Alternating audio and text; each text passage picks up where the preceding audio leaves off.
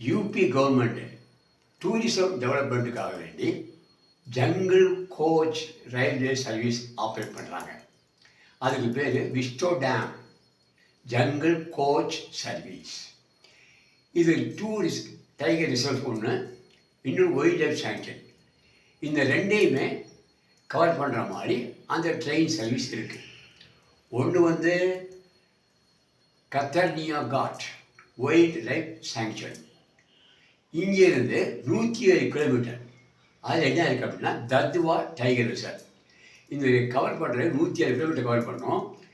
இது அந்த கோச் எப்படி இருக்குன்னா, டூரிஸ்ட் உள்ளே இருந்து அவங்க விண்டோஸ் அண்ட் ரூஃப் எல்லாமே கிளாஸு.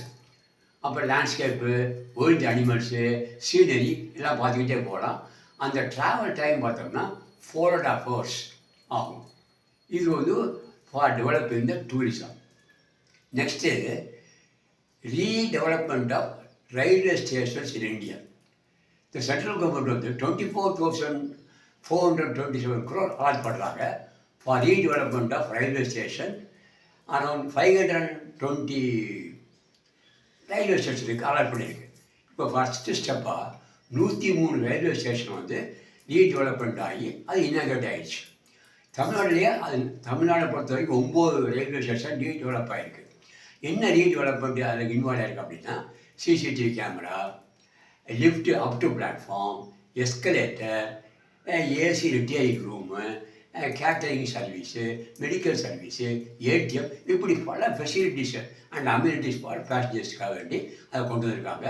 இதுக்காக இப்போ 103 ரயில்வே ஸ்டேஷன் ஓப்பன் ஆகிருக்கு, ரீடெவலப் ஆகிருக்கு. அதுக்கு 1,200 கோடி ரூபாய் செலவு வச்சுருக்காங்க.